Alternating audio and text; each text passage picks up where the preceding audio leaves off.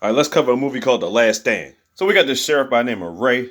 He walks to this diner, he sees these two guys, and he thinks they look suspicious. Turns out he was right, because as soon as they left, they was about to set up some operation, but they had to get the land off of this dude, Mr. Parkinson's spot. Of course, he wasn't giving it up, so guess what? They end up done dealing his ass. So why they need this land? I'll explain that in a minute. He gets the keys to his one car, tells his man, don't park it in the fire zone. He says, alright, you go ahead and move it then. He's like, alright. Then two of his other deputies, Figueroa and Jerry, are chilling with this dude named Lewis. And they're shooting at this big slab of meat because honestly, they're just bored. Ray gets over there, he's like, man, what are you guys doing? Come on. So he's testing Lewis's about having licenses for stuff, but apparently he's got permits for everything. Then we get the scene at the police station, right? This chick named Sarah is another deputy. They locked up this one guy for the weekend, this dude named Martin. Apparently him and Sarah used to date back in the day. Apparently he got a little reckless or something, he's just locked up for the weekend or whatever. But we find out Martin was one point in time actually part of the special forces. So he's trained in weapons and all that shit. Then we get this other scene in Vegas. You got all these FBI agents led by Forrest Whitaker. And they're trying to escort this cartel boss by the name of Gabriel Cortez to jail so he can get the death sentence. But while they're doing all this escorting,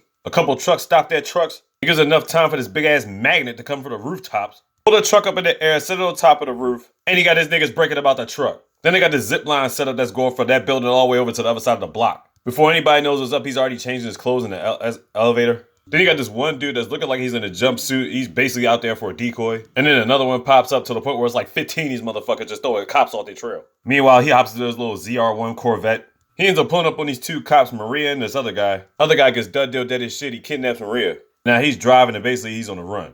They try to set up borders and all that, but he's got plans for all that shit. He's got people that's taking out the police and clearing a path for him. Trust me, some gangster shit how he does it. Meanwhile, we get this backstory between Jerry and Ray. I mean, not really a backstory, but Jerry's tired of living in the Sommerset town. He wants to go to like San Francisco or California or somewhere like that, you know what I'm saying, to up his credentials and whatnot. And Ray's telling him, yeah, I crave for the excitement too, but you know, once you get older, you're just like, yeah, you just want to live peacefully and whatnot. But Jerry's still young. He ain't getting that yet, you know what I'm saying? He could tell with the conversation they're having, he looks at Jerry like a son, you know what I'm saying? Then Ray ends up going to the diner and ends up getting a lead on something. He talks to a chick that worked there, is lady by the name of Christy. And she says something about Mr. Parkinson's never delivered the milk. Now, she's not even worried about the milk, but the point is, he's never been late with anything ever. And because Mr. Parkinson doesn't have a phone that makes him suspicious, they're like, yo, we gonna go to the house and see what's up. Jerry and Sarah end up going there, and they find them done deal dead as shit. But here's the thing. They found them in the house. But when the goons killed him when they was trying to take his land or whatever like that, they shot him off the fucking tractor. So yeah, they basically escorted his body in the house. So Jerry and Sarah thinking to themselves like, oh, we gotta find some tire tracks or something like that, so they go follow the trail. They go out there and they find this spot where there's a bunch of lights or whatever like that. It's the goons coming out of nowhere. They start that shooting. Jerry ends up getting hit. It's a standoff with just them two and an army of niggas. I'm thinking to myself, y'all should have just waited for Ray and Figueroa to come and help y'all. So it gets to a point where they cut the lights off and they put on night vision goggles. And now a couple of police are really up shit's creek right now. Right around they about to dud deal niggas. Here comes Ray to save the day. Shotguns and all that shit. Now you're thinking to yourself, what are these goons just doing out here in the middle of the night in this little particular area? Once again, I'll get to it. Ray ends up getting Jerry and Sarah back to the police station, but unfortunately, because of his wounds, Jerry ended up dying. Sarah eventually tells Martin, and the thing is, Jerry was Martin's best friend. Meanwhile, we get back to Gabriel Cortez, and we come to find out Maria's not a hostage at all. In fact, she ended up getting caught up on purpose. But Gabriel ends up giving her $3 million in a Swiss bank account, so it's like, okay, she's good. But the police don't know that. They still think she a hostage. So you're thinking to yourself right now, I'm explaining two different situations, right? Like, how did they come together? So Gabriel's whole point is to get back to Mexico, but here's the thing. A lot of these certain areas are too open that he'll end up getting caught up in. So he's going to go through this little town called Sommerset. Now, here's where the goons come in. He's got to get through a small trench so he can cross the border. The only problem is there are no trenches that have any bridges over there. The goons have been building this fucking bridge. That's right, they work for Gabriel. They've been building this bridge that could go completely across the trench. That way he'll have access to not being caught up or anybody even figuring out where he's going to be at to even get across to Mexico. This guy, Cortez, has got plans within plans within plans. Now we figured all that out. The FBI and Ray have been talking to each other back and forth. They're trying to tell Ray to stay out of it, but you ain't know he ain't staying out of shit. Come on, this is Arnold Schwarzenegger we talking about. Trying to protect his town and all that shit. And on top of that, Jerry got killed too?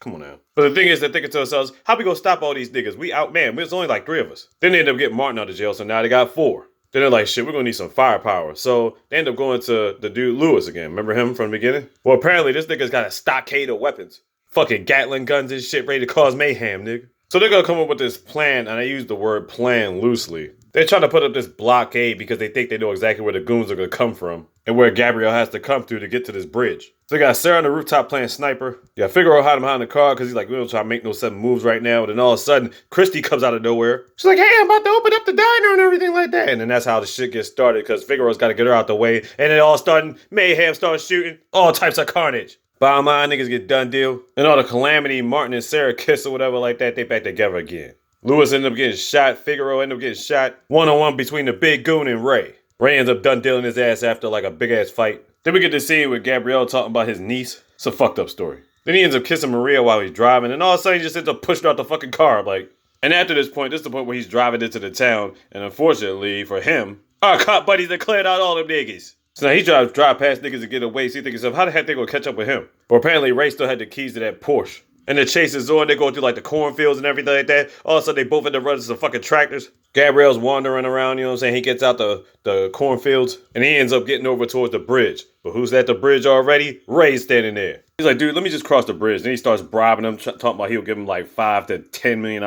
But Ray ain't having none of that shit. Heck of a battle. Bottom line is, Ray ends up catching Gabrielle. And of course, after all the calamity, the FBI finally shows up. They bring him back to the FBI. They lock him up for real, done deal. Then Maria comes over to hug Forrest Whitaker because she came out of nowhere. She's like, oh, thank God. You know what I'm saying? It was trouble, da, da, da. But the thing is, before he left, he checked all the police backgrounds and money laundering and functions or whatever like that.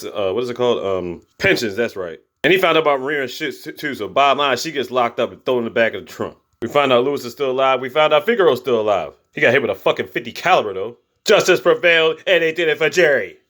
So the final scene is when the dude comes back and I'm like, where the fuck has he been? But anyway, he comes back out of nowhere looking for his Porsche. His Porsche's all fucked up. And then Ray says, I told you not to park in the fire zone, and gives him back his keys and shit. Like, and then they walk into the bar, the end. And one of the most random, funniest scenes is right before the town fight scene. He's telling all these guys in the diner to take cover and get out of town or whatever like that. But it's a bunch of old niggas. They're like, man, we're like 75. We eating cholesterol-based sandwiches. And they have this whole spill of stuff that they're doing. They're thinking to themselves like, you really think we're worried about death? Then Ray's just looking at it like, all right, we'll just stay away from the windows. Then yeah, one of the scenes where one of these goons is in this lady's house. The old lady's just looking around like, oh no, what's happening here? But the dude's about to get Ray, and right before that happens, she pulls out a shotgun, bangs off with this nigga. And Miss Salzer looks up and is like, yeah, go get her, Ray.